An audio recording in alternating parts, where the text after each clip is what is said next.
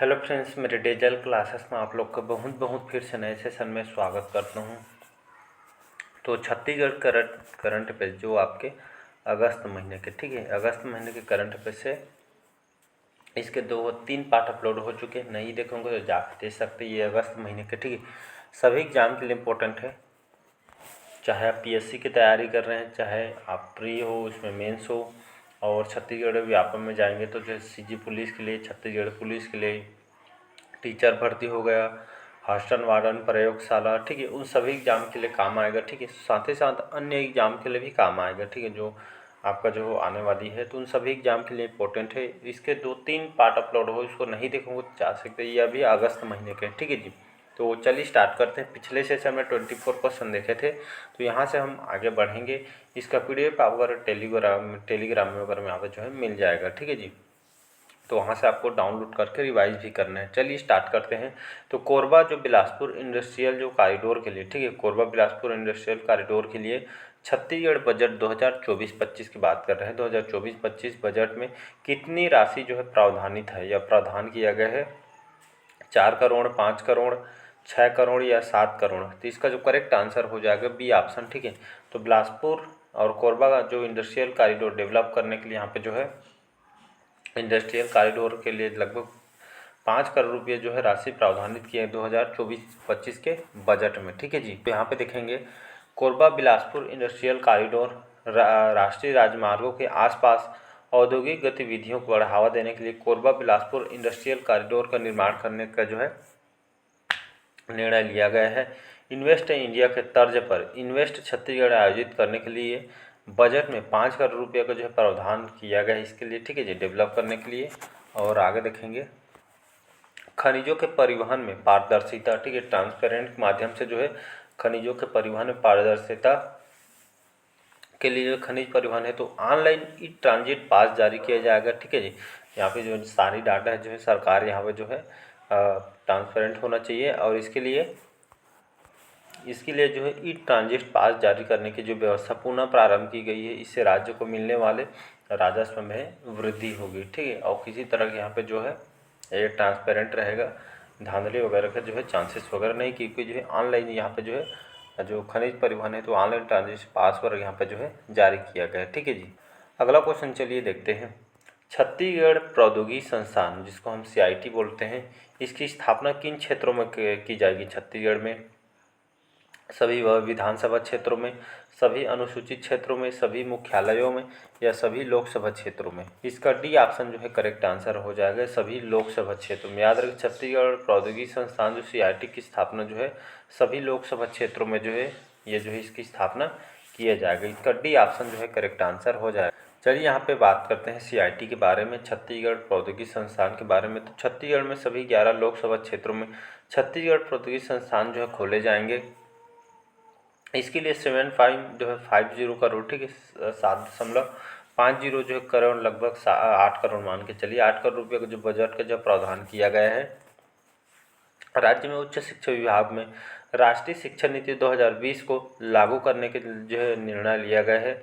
लोकसभा क्षेत्रों में IIT के तर्ज पर, ठीक है, लोकसभा में IIT के जो है तर्ज पे जो है छत्तीसगढ़ इंस्टीट्यूट ऑफ टेक्नोलॉजी जो शुरू किए जाने से इस क्षेत्र में युवाओं को आगे बढ़ने के जो है मौका भी मिलेगा। तो इसलिए यहाँ पे जो है ये जो इसको जो है अपनाया गया है, और इसके लिए लगभग 8 करोड़ रुपये का जो बजट का जो है प्रावधान किया गया है, और लगभग 11 लोकसभा क्षेत्रों में इसको जो है खोले जाएंगे, ठीक है जी। अगला क्वेश्चन है, छत्तीसगढ़ में कोषालयों में, ठीक है, छत्तीसगढ़ के कोषालयों में ई-बिल व्यवस्था किस माह से लागू किया गया है? तो जुलाई 2024 से, अगस्त 2024 से, सितंबर 2024 से, या अक्टूबर 2024 से? तो इसका जो करेक्ट आंसर हो जाएगा जुलाई 2024 से जो है शुरू किया गया है। तो यहाँ पे देखेंगे छत्तीसगढ़ कोषालयों में ई-बिल व्यवस्था लागू की गई है। तो राज्य के सभी कोषालयों में जुलाई 2024 से ई-बिल की जो है व्यवस्था लागू की गई है, ठीक है। और इससे पहले कोषालय में भेजे जाने वाले जितने भी दस्तावेजों डॉक्यूमेंट में ई-बिल सिस्टम का अनिवार्यता जो है लागू नहीं थी, लेकिन अब जुलाई से इसकी जो है अनिवार्यता यहाँ पे जो है लागू कर दी गई है, ठीक है जी। तो इसको याद रखिएगा। अगला क्वेश्चन चलिए देखते हैं। 28 क्वेश्चन है, देश का दूसरा सबसे ऊंचा तिरंगा, याद रखें, देश का जो है दूसरा सबसे ऊंचा तिरंगा राज्य के कौन से स्थान पे लगाया जाएगा? चंद्रखुरी, शिवरी नारायण, चित्रकूट या मैनपाट में? याद रखिएगा। तो देश का सबसे दूसरा ऊंचा तिरंगा जो है कौन से स्थान में छत्तीसगढ़ में लगाया जाएगा? तो आपको मैनपाट, सभी जानते होंगे, तो ये है आपका सरगुजा जिला। तो सरगुजा जिले के अंतर्गत आती है मैनपाट में। तो यहाँ पे देश का दूसरा सबसे ऊंचा तिरंगा यहाँ पे जो है फहराया जाएगा मैनपाट के सरगुजा में। ठीक है, देश का दूसरा तिरंगा जो है मैनपाट में लगाया जाएगा। सरगुजा जिले के मैनपाट में देश का दूसरा सबसे ऊंचा राष्ट्रीय झंडा फहराने वाला है। ठीक है, इसको याद रखना है क्योंकि ये इंपॉर्टेंट क्वेश्चन, वैसे सभी क्वेश्चन इंपॉर्टेंट होते हैं। मैनपाट के जो है कौन सी जगह? नर्मदापुर क्षेत्र में। ठीक है, मैनपाट के नर्मदापुर क्षेत्र में लगभग 20 एकड़ जमीन में एक झंडा पार्क यहाँ पे जो है बनाया जाएगा। साथ ही इस पार्क में देश का दूसरा सबसे ऊंचा तिरंगा, जिसकी लगभग अगर ऊंचाई देखेंगे 415 फीट, याद रखें 415 फीट यहीं पे नहीं होता है, तो 415 फीट ऊंचा तिरंगा ध्वज जो है सरगुजा जिले के जो है मैनपाट में जो है फहराया जाएगा। ठीक है, इसको याद रखें। नर्मदापुर जो जगह है यहाँ पे लगभग 20 एकड़ में ये जो झंडा पार्क बनाया जाएगा और लगभग 415 फीट की ऊंची जो है मैनपाट में जो है फहराया जाएगा। अगला क्वेश्चन 29 क्वेश्चन है कि छत्तीसगढ़ सरकार ने कृषक पशु कानून में बदलाव करते हुए गोवंश तस्करी पर कितने वर्ष की सजा का जो प्रावधान किया है? 6 वर्ष, 7 वर्ष, 9 वर्ष या 10 वर्ष? इसका बी ऑप्शन जो है करेक्ट आंसर हो जाएगा 7 वर्ष। याद रखिए, छत्तीसगढ़ सरकार ने कृषक पशु कानून में यहाँ पे बदलाव किए गए हैं और इसी तरह जो यहाँ पे गौवंश के, ठीक है, गाय वगैरह के यहाँ जो मांस वगैरह में जो तस्करी करते हैं तो उसके लिए लगभग 7 वर्ष के जो है सजा का प्रावधान किया गया है। ठीक है जी।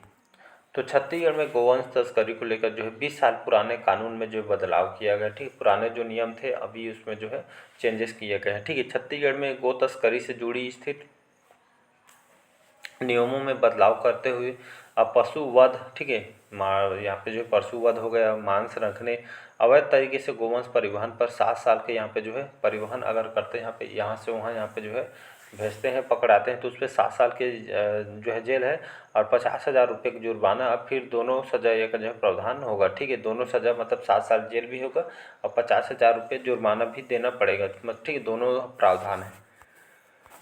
और गृह मंत्री विजय शर्मा बताया कि गोवंश के परिवहन के लिए जो है अधिकारियों के लाइसेंस लेना होगा, गाड़ी पर फ्लैक्स लगाना होगा कि जो है पशुओं का परिवहन हो रहा है, अवैध परिवहन होने पर गाड़ी जब्त यहाँ पे साथ में की जाएगी। ऐसा कर यहाँ पे जो है नियम वगैरह यहाँ पे जो है चेंजेस वगैरह यहाँ पे किए गए हैं। ठीक है जी। चलिए नेक्स्ट क्वेश्चन है, जुलाई 2024 में छत्तीसगढ़ के निर्माण श्रमिक वर्ग बच्चों के लिए कितने जिलों में निःशुल्क कोचिंग शुरू किया गया है? 3, 4, 5 या 6? तो इसका जो करेक्ट आंसर हो जाएगा सी ऑप्शन 5। याद रखिएगा। तो जुलाई 2024 में छत्तीसगढ़ निर्माण श्रमिक वर्ग बच्चों के लिए लगभग 5 जिलों में निःशुल्क जो है कोचिंग यहाँ पे जो है शुरू किया गया है। ठीक है जी। तो निर्माण श्रमिकों के बच्चों के लिए प्रदेश में 5 जिलों में निःशुल्क कोचिंग सहायता योजना प्रारंभ किया गया है। इस योजना के तहत जिसमें आपका पीएससी हो गया, व्यापम हो गया, बैंकिंग प्रतियोगिता परीक्षा के लिए जो निःशुल्क कोचिंग की सुविधा जो श्रमिकों के बच्चे के लिए, ठीक है, श्रमिकों के बच्चों के लिए जो है निःशुल्क कोचिंग सुविधा किया गया है। और प्रदेश के जो है रायपुर हो गया, दुर्ग, बिलासपुर, राजनांदगांव, धमतरी, तो 5 जिलों में कक्षाएं प्रारंभ हो चुकी है। इन सभी जिलों में 50-50 सीटें जो है निर्धारित है। साथ ही शेष जिलों में जैसे आपका कोरबा, महासमुंद, अंबिकापुर, जगदलपुर, जसपुर में प्रवेश और काउंसलिंग की प्रक्रिया चल रही है। वर्तमान में हमारे श्रम मंत्री कौन है? लखनलाल देवांगन जी हमारे श्रम मंत्री हैं। ठीक है जी। तो ये सभी जो है यहाँ पे जो है चालू हुए हैं। ठीक है जी। कोचिंग संस्थाएं जहाँ पे निःशुल्क यहाँ पे जो इनको पीएससी, व्यापम, बैंकिंग वगैरह की तैयारी करवाया जाएगा। चलिए नेक्स्ट क्वेश्चन तरफ बढ़ते हैं। यहाँ पे ओडिशा में हुए अस्मिता खेलो इंडिया जोनल लीग में, ठीक है, ओडिशा में हुए अस्मिता खेलो इंडिया जोनल लीग में किन्हें वेस्ट लिफ्टर का खिताब जीता है? ज्ञानेश्वरी यादव, पूनम निषाद, सोनाली यदु या तानिया बंजारे? तो इसका जो है ए ऑप्शन जो है करेक्ट आंसर हो जाएगा ज्ञानेश्वरी यादव। ठीक, तो उड़ीसा में जो अस्मिता खेलो इंडिया जोनल लीग में जो है जो वेस्ट लिफ्टर का जो खिताब जो है ज्ञानेश्वरी यादव को ये जो खिताब इनको दिया गया। ठीक है जी। तो आप सभी को पता होगा जो ज्ञानेश्वरी यादव एक वेट लिफ्टर हैं। तो उड़ीसा के जो भुवनेश्वर, ठीक है, उड़ीसा की राजधानी भुवनेश्वर, तो यहाँ पे हुए अस्मिता खेलो इंडिया जोनल लीग में ज्ञानेश्वरी यादव को सीनियर वर्ग में बेस्ट लिफ्ट का जो अवार्ड दिया गया है। छत्तीसगढ़ के राजनांदगांव जिले के रहने वाली हैं, ठीक है, रामभेड़िया के निवासी हैं, ठीक, कहाँ के रहने वाली हैं, छत्तीसगढ़ के राजनांदगांव जिले की भोरिया के निवासी वेट लिफ्टर ज्ञानेश्वरी यादव को जो है छत्तीसगढ़ सरकार ने छत्तीसगढ़ पुलिस में सहायक उप निरीक्षक के पद पर जो है नियुक्त किया गया, ठीक है। यहाँ पे देख सकते हैं कि छत्तीसगढ़ पुलिस में सहायक उप निरीक्षक के पद पे इनको जो है नियुक्त भी किया गया है, ठीक है जी। तो ऐसे यहाँ पे हुआ है। अगला क्वेश्चन चलिए देखते हैं।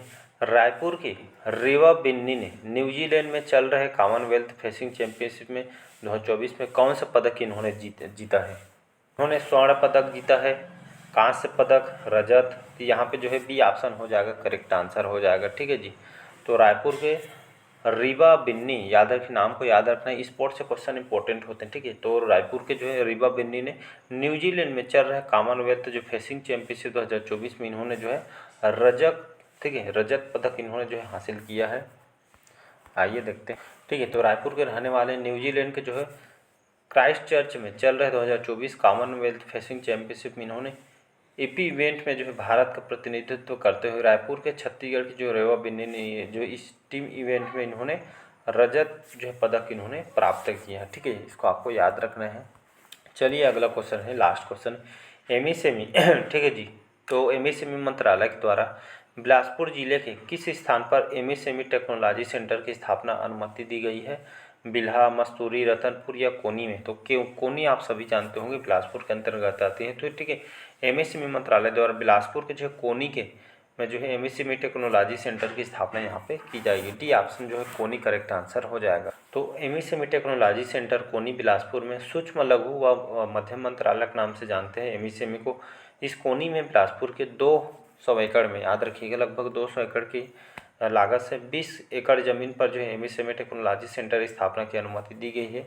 इस टेक्नोलॉजी सेंटर में लघु व मध्यम उद्योग को जो है बढ़ावा मिलेगा। ज़रूरत के मुताबिक श्रमिकों को प्रशिक्षित कुशल बनाया जाएगा। इससे कुशल कारीगर जो है तैयार होंगे और ख़ास करके छोटे छोटे बिजनेस को डेवलप करने के लिए जो है एमएसएमई जो टेक्नोलॉजी सेंटर यहाँ पे बनाई जाएगी, ठीक है।